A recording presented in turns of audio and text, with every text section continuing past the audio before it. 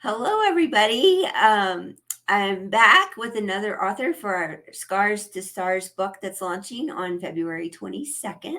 And I want to introduce you to Valerie Williams and want her to tell you a little bit about what she wrote about and what her chapter is all about. My turn.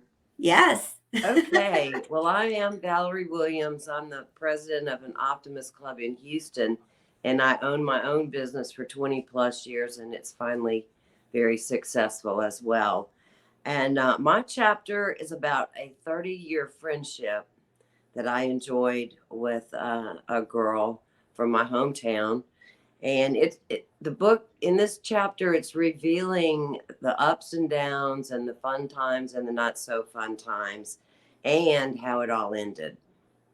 And I think it's fair to say that all of us have thought about, taking our lives, but we simply, could not. The reason that we thought about it is because we couldn't come to a solution for the problem that was upon us to satisfy our heart and our mind.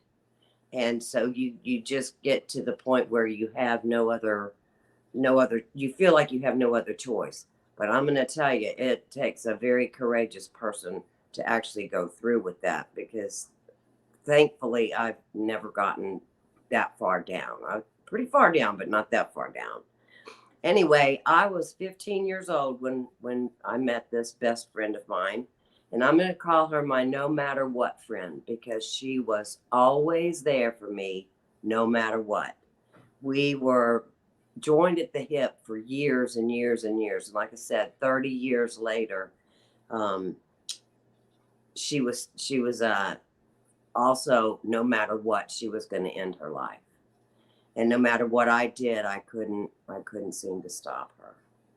So she was very dedicated, and she was very determined, and she unfortunately succeeded with ending her pain. Yeah, I'm really sorry. And I knew that friend too. And I think not anywhere near on the level that you did, but knew her for many years, and I'm really sorry for that. And Val's story talks a lot about, you know, more about her friend and why she was in that place, and things that she went through in her life, that I think a lot of people could relate to. So thank you for sharing that story. And next, I want to ask you, like, what was your experience being part of this project and writing this story? Well, first of all, I want to tell you that it's a real honor to have even been asked, because I am not an author.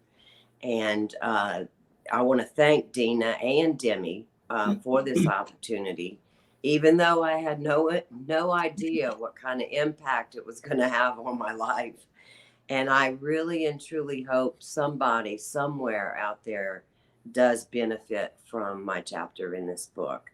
And like James said, it was scary, very scary. And I felt like I was bearing some of my private moments to the world. And that part really was a little uncomfortable. But it was a little bit challenging, because I was always very protective of my friend. She had serious problems, but she was one of the most brilliant, genius, organized, caring people that you would ever want to meet. And so I always felt really protective of her. She would hide behind my ability to protect her. She was manic depressant, and she was scared to go anywhere by herself because somebody might make fun of her. And so I would always stand up for her and protect her and fight for her, just like she did for me, but in a completely different level. And I kept her anonymous in this book for a reason, and that's because most of her family is still alive. and I didn't want them to be taken back with the fact that I exposed some of their lives Mhm. uh, in telling my story. And since this happened like 23, 24 years ago, most of my details have washed away, most of my wounds have healed. Um, but it having to open those up again put me in a little tailspin for a couple of days. But being an optimist really did help me, because you can only take a Debbie Downer for so long. You know, you have to come back up and find some happy, find some peace, and get on with your life. You know, it's a sad, sad thing that it ever happened, that somebody could get in that dark a place, but you have to pick yourself up and find that peace and that optimistic mentality. So when you think on the positive side of everything, um, it it it's amazing how healing that is. So you never really get over the loss of a friend or a close friend or a loved one, but it really does get better with time. And a little optimism doesn't hurt either. So that's my story. That's true. And if you all follow Val or read her, or know about her, she is the president of an Optimist Club in Houston. You might have said that. And I got to speak to her group, and it was really, they were very welcoming and gracious to listen and be interested in what we're doing. So thank you for Oh, that. yes. Very interested. Well, Val, I appreciate you being part of this book and sharing your story, because I know it's going to help others. And it might help people in ways that you and I haven't even thought of. You never know. That's Um, true. I hope so, so.